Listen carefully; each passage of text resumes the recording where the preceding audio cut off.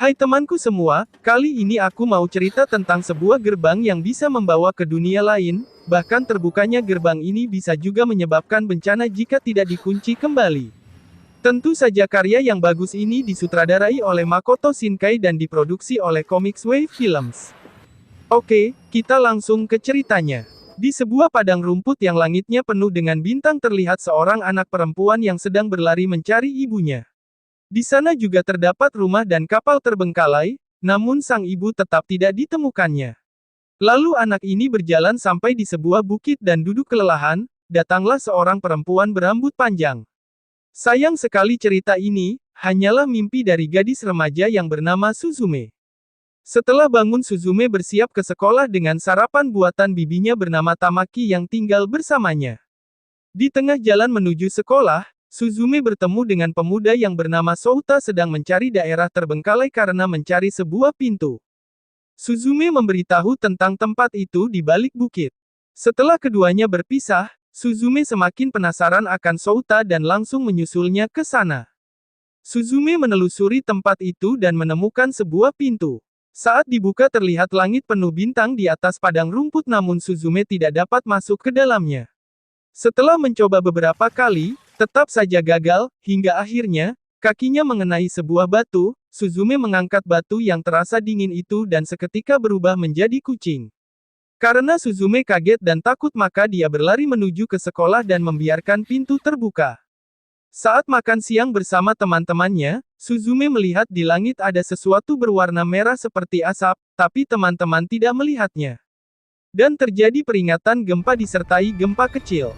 Segera Suzume bergegas menuju ke reruntuhan tadi dan melihat Souta berusaha menutup pintu, namun segera Souta mendatangi Suzume untuk melindunginya dari besi yang berjatuhan karena gempa. Akibatnya, lengan Souta terluka. Lalu segera Souta kembali berusaha menutup pintu, Suzume segera membantunya dan akhirnya berhasil. Souta segera mengunci pintu dan seketika sesuatu berwarna merah di langit hilang menjadi turun hujan. Suzume mengajak Souta ke rumahnya untuk mengobati luka di lengannya. Souta masuk ke kamar Suzume dan merapikan buku-buku berserakan serta melihat kursi kecil berkaki 3. Souta duduk di atasnya. Suzume bertanya tentang kejadian tadi.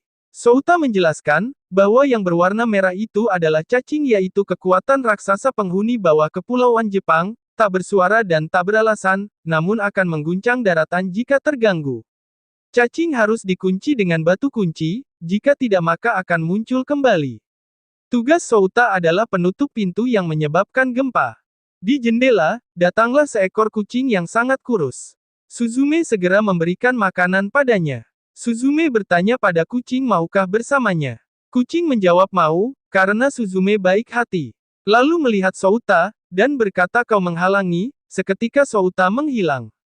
Ternyata Souta dikutuk kucing itu dan berubah menjadi kursi kecil berkaki 3.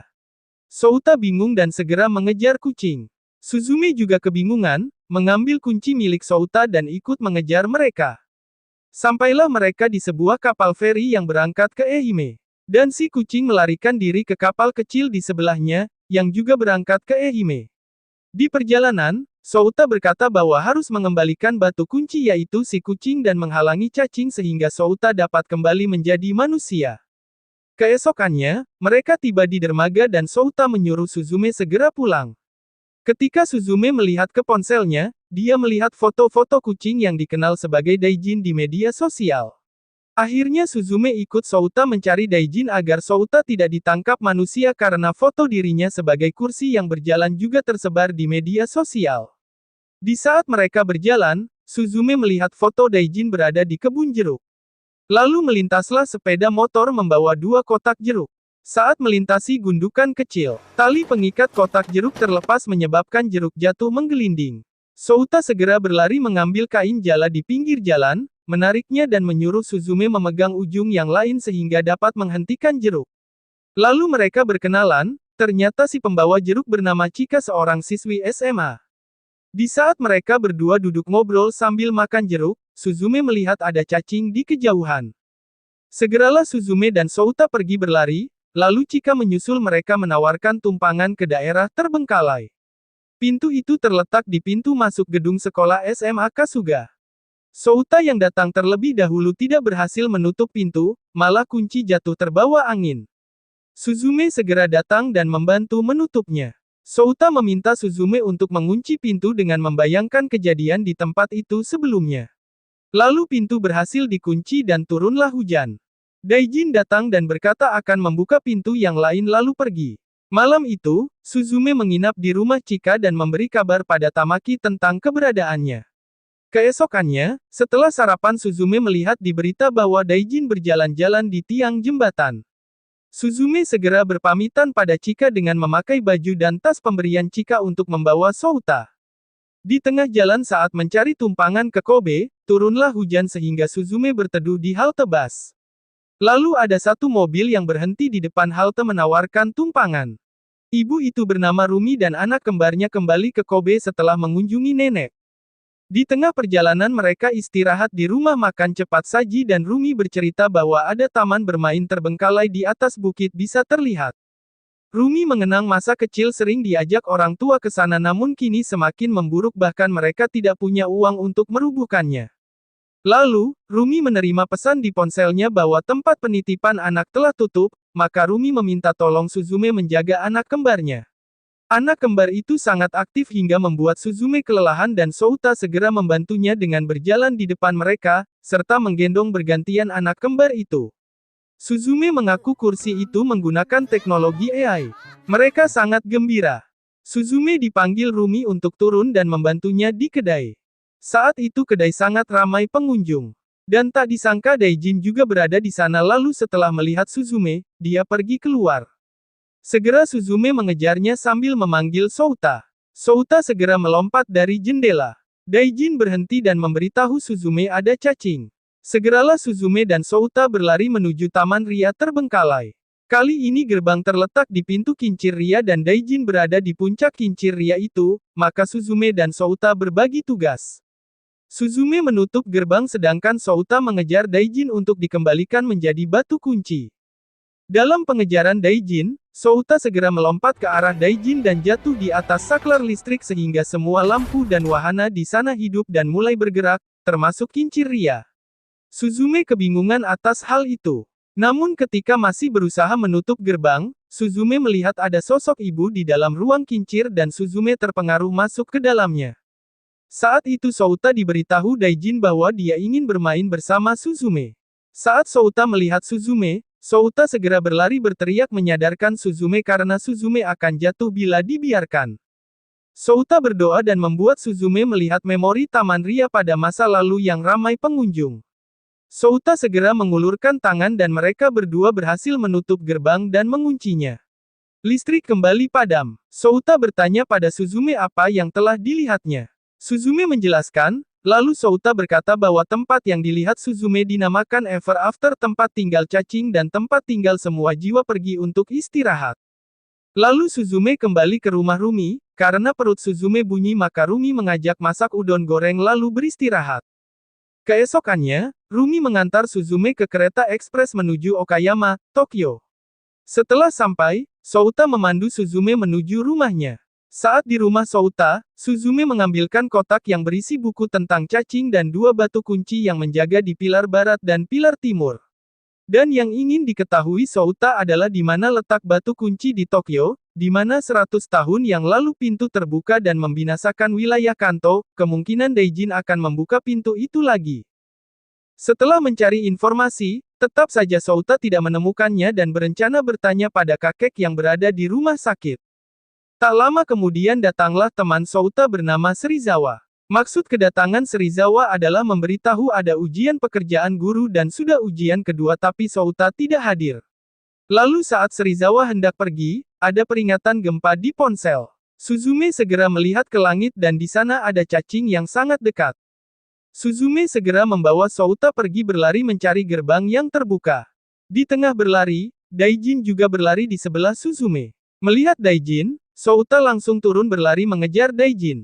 Saat Daijin tertangkap, Daijin tidak mau menjadi batu kunci. Lalu ada mobil lewat menyebabkan Daijin bisa melarikan diri.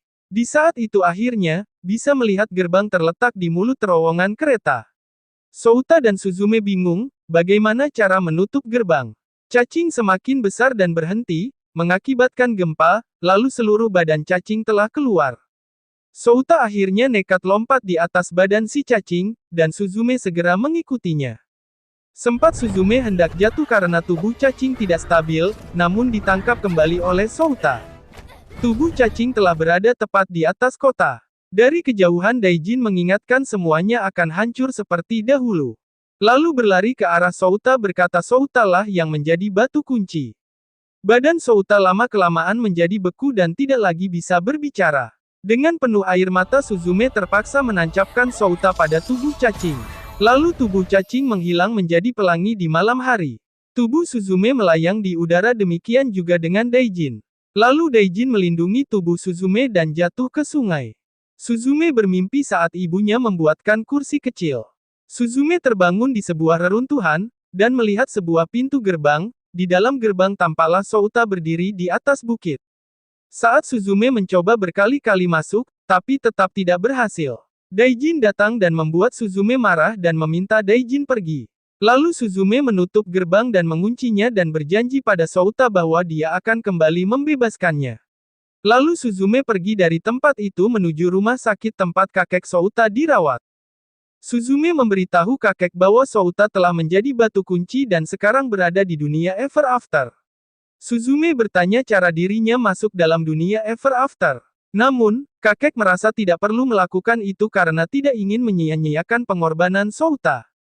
Kakek menyuruh Suzume pulang ke asalnya. Suzume tetap tidak mau menyerah dan tetap akan membuka gerbang serta masuk ke dalamnya, karena sangat menakutkan bila hidup tanpa Souta. Kakek mengetahui bahwa dulu Suzume pernah masuk ke dunia Ever After maka kakek memberi petunjuk untuk masuk di gerbang yang sama dengan masa itu. Suzume kembali ke rumah Souta untuk membersihkan diri dan kembali pergi dengan pinjam sepatu Souta. Di tengah jalan, Suzume bertemu dengan Serizawa yang mengendarai mobil dan tiba-tiba Tamaki datang berlari ke arah Suzume mengajaknya pergi dari Serizawa.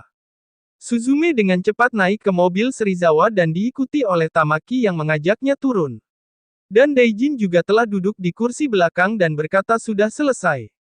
Tamaki dan Serizawa menjadi terkejut melihat kucing yang bisa berbicara. Tapi dibantah oleh Suzume bahwa kucing tidak bisa bicara dan segera memasang jalur GPS di mobil Serizawa untuk diantar ke sana. Di tengah jalan tiba-tiba turun hujan tapi karena mobil Serizawa rusak maka atapnya tidak dapat tertutup sepenuhnya. Lalu mereka berhenti di tempat pemberhentian. Tamaki turun untuk makan, tak lama kemudian ada gempa kecil. Datanglah Tamaki mengkhawatirkan Suzume dan mengajak kembali Suzume untuk makan, tapi Suzume menolak. Saat itu Tamaki mulai marah dan mengajak Suzume pulang naik bus karena merasa Suzume sedang tertekan. Terjadilah perdebatan di antara mereka. Saat itu di belakang Tamaki ada kucing yang sangat besar, Suzume bertanya siapa kamu? Tamaki menjawab Sadaijin lalu pingsan. Daijin mendatangi Sadaijin dan Sadaijin membawa Daijin masuk ke mobil Serizawa. Mereka berangkat kembali, di perjalanan Serizawa berkata bahwa dua kucing itu pasti punya alasan mengikuti Suzume. Sadaijin menjawab benar, mengembalikan semuanya seperti dahulu dengan tangan manusia. Serizawa dan Tamaki menjadi kaget kucing bisa bicara hingga menyebabkan mobil keluar dari pembatas jalan. Saat itu atap mobil langsung tertutup dengan benar dan pintu mobil rusak. Saat itu Suzume berpamitan akan jalan mulai dari situ. Tamaki yang melihat sepeda terbengkalai segera meninggalkan Serizawa dan mengantarkan Suzume bersama Daijin dan Sadaijin. Dalam perjalanan itu, akhirnya Tamaki dan Suzume berdamai saling mengerti. Dan sampailah mereka di rumah lama Suzume yang sudah menjadi tanah. Suzume masuk ke pekarangan rumah dan menggali, di sana ia menemukan sebuah kotak yang berisi barang penting Suzume yaitu buku diarinya saat masih kecil. Dalam buku itu selain berisi gambar kegiatannya juga coretan berwarna hitam, lalu tampaklah sebuah pintu. Suzume mengingat saat itu bulan purnama dan dekat dengan tiang. Suzume langsung berlari mendekati tiang dan mencari pintu. Daijin memanggil Suzume dan menunjukkan sebuah pintu yang jatuh dan ditumbuhi tanaman liar. Setelah dibersihkan, Suzume menegakkan dan membukanya. Lalu Suzume berterima kasih pada Daijin. Daijin yang awalnya sedih, langsung bahagia lagi. Suzume, Daijin dan Sadaijin langsung masuk. Di dalam pintu tampaklah tanah berwarna merah dan cacing perlahan naik ke atas mencapai pintu. Sadaijin langsung berubah menjadi kucing lebih besar dan berusaha menghentikan cacing keluar. Suzume meraih bulu Sadaijin tapi sempat terlepas karena melihat Souta di kejauhan sehingga Daijin berubah menjadi kucing lebih besar dan melindungi Suzume jatuh ke tanah. Suzume segera berlari namun tanah dipenuhi oleh api menghadang, Suzume tetap berusaha mencari jalan yang lain. Lama-kelamaan tanah berubah menjadi es dan suhu menjadi dingin, semakin dekat dengan Souta. Suzume segera mendekati Souta dan mencoba menariknya sambil memanggil-manggil nama Souta, lalu dibantu Daijin menarik Souta. Lalu kenangan milik Souta muncul di pikiran Suzume. Hingga akhirnya Suzume dan Daijin berhasil mengeluarkan Souta dari tanah, Souta telah berubah menjadi manusia kembali. Daijin terlihat sangat lemah, Suzume segera mengangkat Daijin. Daijin berkata tidak bisa menjadi kucingnya Suzume, jadi minta tolong untuk dikembalikan menjadi batu kunci dengan tangan Suzume. Suzume menjadi sedih dan menangis. Sedangkan Sadaijin masih bertarung dengan cacing yang hampir sampai ke pintu gerbang. Suzume dan Souta berlari naik ke atas kapal terbengkalai. Souta mulai berdoa dan terlihat kenangan kota pada masa lalu serta kunci di leher Suzume mulai bersinar. Sadaijin yang melihat sinar itu langsung mendatangi dan berubah menjadi batu di tangan Souta. Suzume dan Souta masing-masing menancapkan batu kunci di tubuh cacing. Segera tubuh cacing mulai menghilang dan menjadi tanah. Saat Souta membangunkan Suzume dari pingsan, Souta memberitahu bahwa ada seorang gadis kecil. Suzume segera mendekati gadis kecil itu sambil membawa kursi kecil. Suzume memanggil gadis kecil itu bernama Suzume. Suzume kecil berkata mencari ibunya lalu Suzume dewasa segera memeluk Suzume kecil. Suzume kecil memberontak karena dia sangat ingin bertemu dengan ibunya lalu berlari dan jatuh.